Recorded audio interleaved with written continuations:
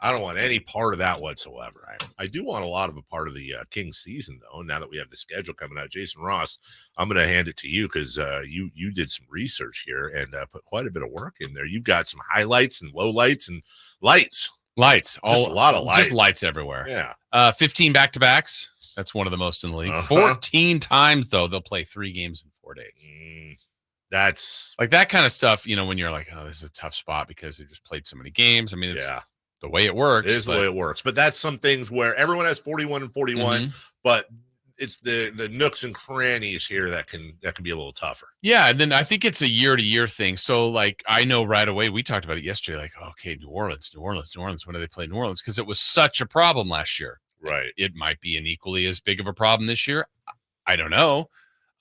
But I don't feel like people thought the same way with Houston. They were a problem for the Kings. They were a huge problem. The Lakers went 4-0 against the Kings went 4-0 against the Lakers. I'd love to say that'll happen again. Odds are probably not. But right. You just never know. Every year is different. Speaking of the Lakers, the 4 matchups with the Lakers, that's going to be done by New Year's. And that's weird. Yeah. And conversely, like last year, I think 3 times in the first 10 games they played the Warriors. Yeah. So this year, they don't play the Warriors until 2025, till the calendar flips to next year. That's so weird. So they're done with the Lakers, hadn't even started the Warriors. And hadn't played the Pelicans, as we saw yesterday, either until February. And then they play them 3 times in six days. Yeah, another quirk.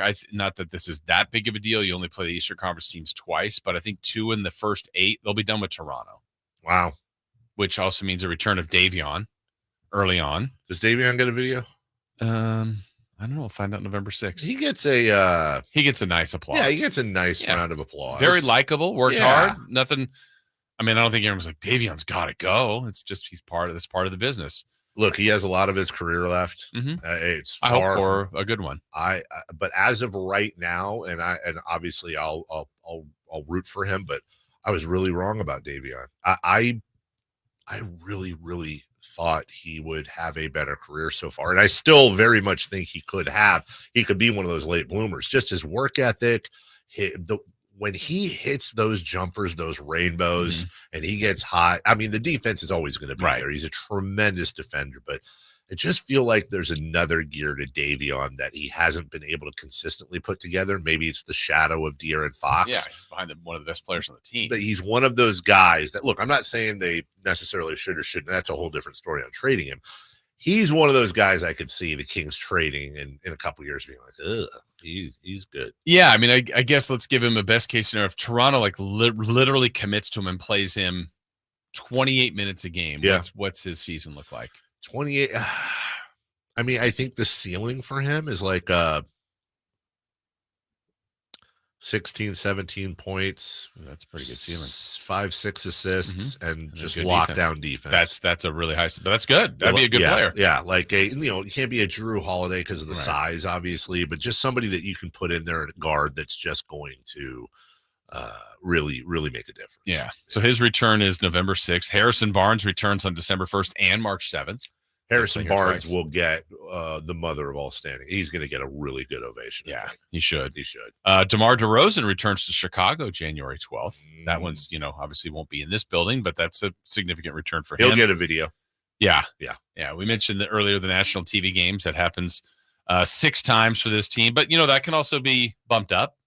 And just so you guys know, Jason's doing we both agree on this. NBA TV, we're not counting in there. That's TNT and ESPN, correct? Yeah. I mean, I'm with you. Do you? No, I don't. And I'm not saying that's a slide on it. That's either our broadcast or the opposing team's broadcast. Yeah. I mean, every once in a while there's an NBA TV, like exclusive NBA TV, but that's, I don't know. I just feel like it's more of a simulcast. Yeah, generally. TV. You don't get the big announcers and no offense, but the big national announcers, the studio shows, all that. It's just not the same as TNT or ESPN. Yeah. And this last one, I think, is something that could be a storyline that it's impossible to tell today because, we can look at the schedule and go, basically we go off of last year and go, man, OKC was good and Dallas made the finals and Minnesota was good.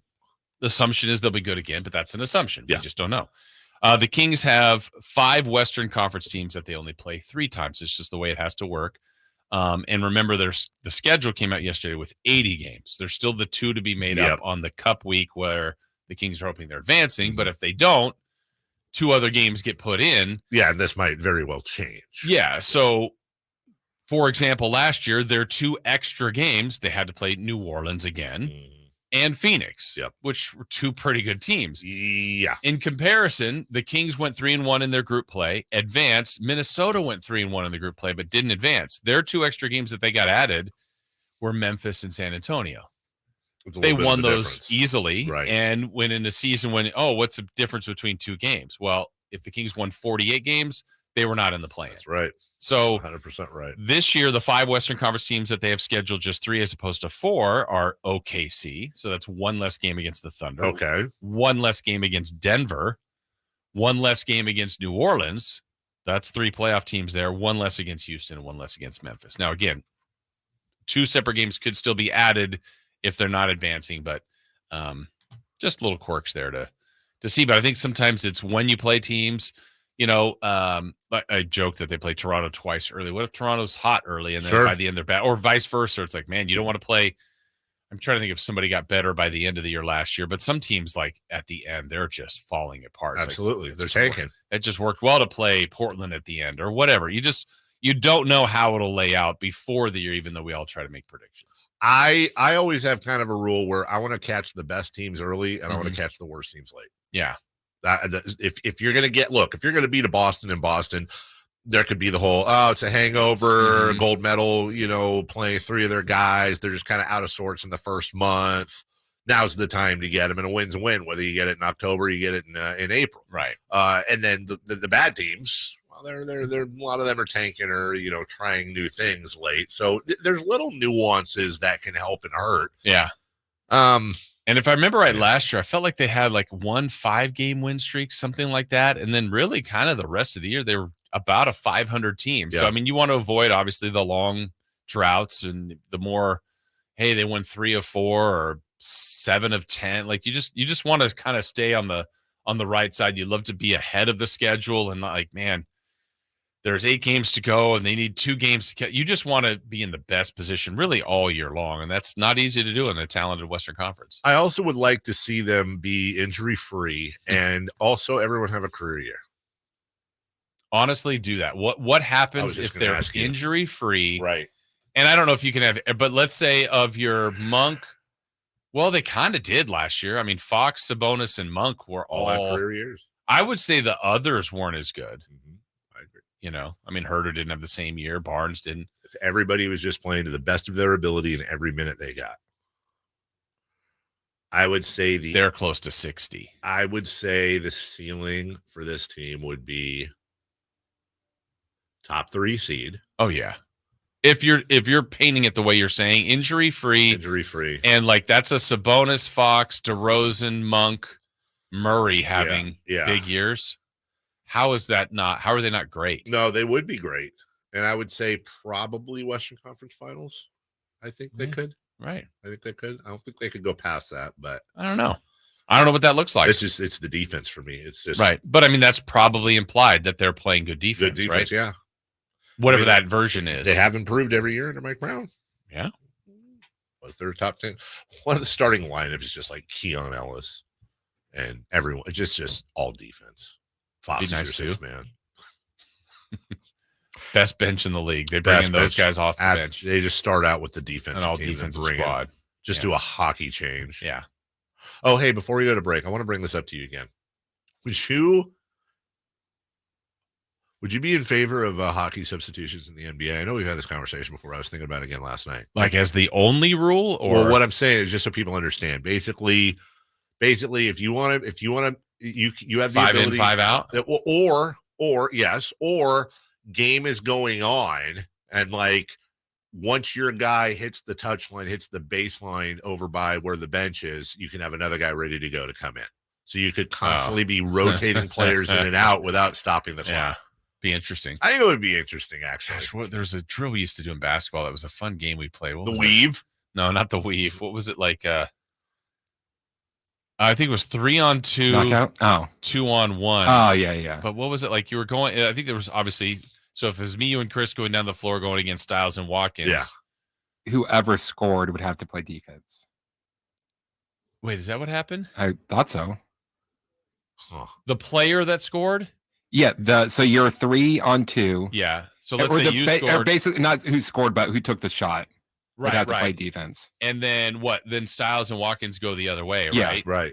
But when's the one come running? That like if you stayed on the floor, then Whitey runs in to join you. Is that what it is? Or something like that. Where but there's like a lot of movement, but in and out, everybody in kind and of out. understood it. I love it. It just. I think it'd be interesting to try in the preseason. Yeah. I also would like to try if you get a technical foul, the other team gets 60 seconds at 4-on-5. Like penalty box. Technically, that's a real 60 seconds. You get a minute. That's a long time. You get a minute, but then the one team's going to just milk the shot clock. But no, for 24. Yeah, but they can. But yeah, absolutely, they got to kill the power play. Yeah. But also no free throws for a technical foul. Technical foul, Jason Ross, you're on the bench. You're in the penalty box for 1 minute of game time, and we have the ball. Is this what about the coach? What about the coach technical foul? Yeah. Penalty box 1 minute. So he can't coach for and the other, and he has to take off a shoe. And the other coach gets to pick the player to sit for the minute. Wow. Yeah. Is this like your no kicking in football idea? Mm-hmm. Man, I will say this: if that was a rule, coaches would be losing their mind. Well, or would they? Because I'm saying losing their mind when that internally. happens, Like they would just be like, yes, everyone would look like Jeff Van Gundy. We'll take a break. When we come back, local fans, you've got a problem. There's a lot of sports